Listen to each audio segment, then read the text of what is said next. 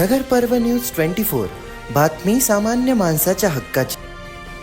अहमदनगर शहर व परिसरामध्ये गेल्या अनेक दिवसापासून गोवंश जनावरांची मांस विक्री करण्याचा व्यवसाय चालू आहे। झेंडीगेट परिसरामध्ये गोवंश जनावरांची कत्तलखाने या परिसरात असून दररोज अनेक गोवंशांची हत्या केली जाते। परंतु विश्व हिंदू परिषद बजरंग दलाच्या कार्यकर्त्यांनी या ठिकाणी स्थानिक गुन्हे शाखेच्या पोलीस अधिक पथकाच्या मदतीने छापा टाकून अजय शेळके, अविनाश सरोदे, चांगदेव भालसिंग, किरण जगताप, साहिल तनू, प्रदीप पारुळे, अरुण ठाकूर, रोहन चावरे, ओमकार लोहार, विष्णू शेंडगे व इतर गोरक्षक उपस्थित होते। जय श्रीराम। मी ऋषिकेश भागवत, बजरंग दल पश्चिम महाराष्ट्र प्रांत गोरक्षा प्रमुख। मला अनेक दिवसांपासून अहिल्यानगर येथील झेंडीगेट परिसरातील असलेल्या अवैध कत्तलखान्यांची माहिती नेहमी येत होती। त्यानुसार मी अनेक दिवसांपासून SP ऑफिसला जाऊन समक्ष भेटून पोलीस मदत मागण्यासाठी येत होतो। त्यामुळे काल आम्हाला भेटलेली माहिती ही कन्फर्म असल्यामुळे आम्ही SP ऑफिसला जाऊन LCBचे पथक घेतले व त्या पथकासोबत आम्ही सुमारे 3च्या सुमारास, पहाटे 3च्या सुमारास झेंडीगेट या परिसरात घुसलो। त्यावेळी तिथं आम्हाला अनेक कत्तलखाने व अनेक गोवंश कत्तलीसाठी आणलेले आढळून आले व त्या ठिकाणी आम्ही गोवंश ताब्यात घेत असताना त्यावेळी तेथील जमलेल्या कसाईंनी, त्या कसाईंच्या जमावाने आमच्या सोबत असलेल्या LCB पथका बरोबर आमच्यावर हल्ला करण्याचा प्रयत्न केला। हा गोरक्षकांवर झालेला हल्ला नसून हा समस्त पोलिसांचा अपमान आहे। हा पोलिसांवर सुद्धा एक हल्ला झालेला आहे।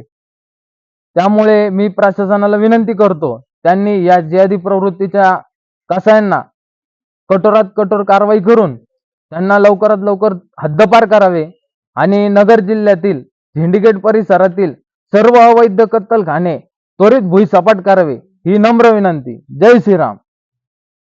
व त्यांची पुणे येथील टीम व अहिल्यानगर येथील सर्व गौरक्षक, मी विशाल काटे, विश्व हिंदू परिषद बजरंग दल नगर तालुका संयोजक, या ठिकाणी आम्ही सर्व आज पहाटे गेल्या असता त्या ठिकाणी कारवाई केली व मोठ्या प्रमाणावर आम्हाला गोमांस व गोवंश हाती लागला।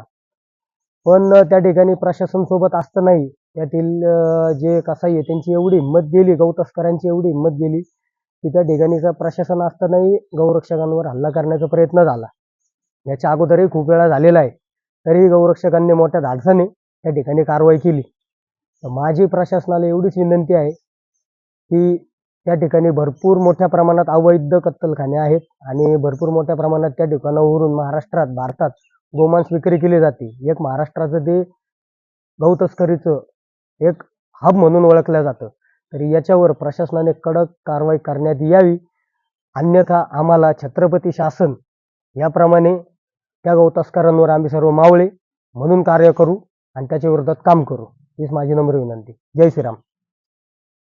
कारवाई केली असता झेंडीगेट मधून मोठ्या प्रमाणात मांस व गोवंश आढळून आले, तर काही जिहादी मानसिकतेच्या लोकांनी आमच्यावर हल्ला चढवण्याचा प्रयत्न केला। आम्हाला दगड उचलून, दांडके उचलून मारण्याचा प्रयत्न केला, पण LCBच्या टीमनी आमचा बचाव करून आम्हाला तिथून बाहेर काढले।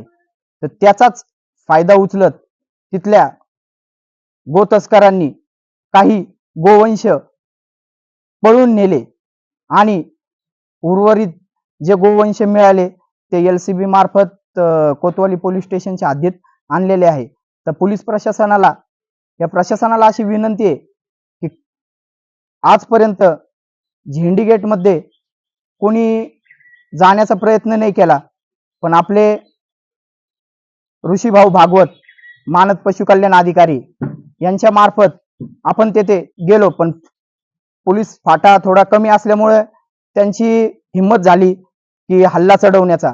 पण पोलीस प्रशासनाला आमची विनंती आहे की आज झेंडीगेट असो, मुकुंदनगर असो, भिंगार असो, या परिसरामध्ये मोठ्या प्रमाणात गोवंश हत्या होते आणि ठिकठिकाणी मांस विक्री पण होत असते। तर पोलीस प्रशासनाने त्याच्यावर कारवाई करावी आणि राहिला मेन प्रश्न, झेंडी गेटमध्ये खूप मोठे रक्ताचे पाठ वाहतात, तर त्याच्यावर प्रशासनाने मोठी कारवाई करावी आणि सकल अहिल्यानगर मधले जे हिंदू समाज आहे त्यांना दाखवून द्यावा की किती मोठ्या प्रमाणात गोवंश हत्या होते झेंडी गेटमध्ये. जय श्रीराम.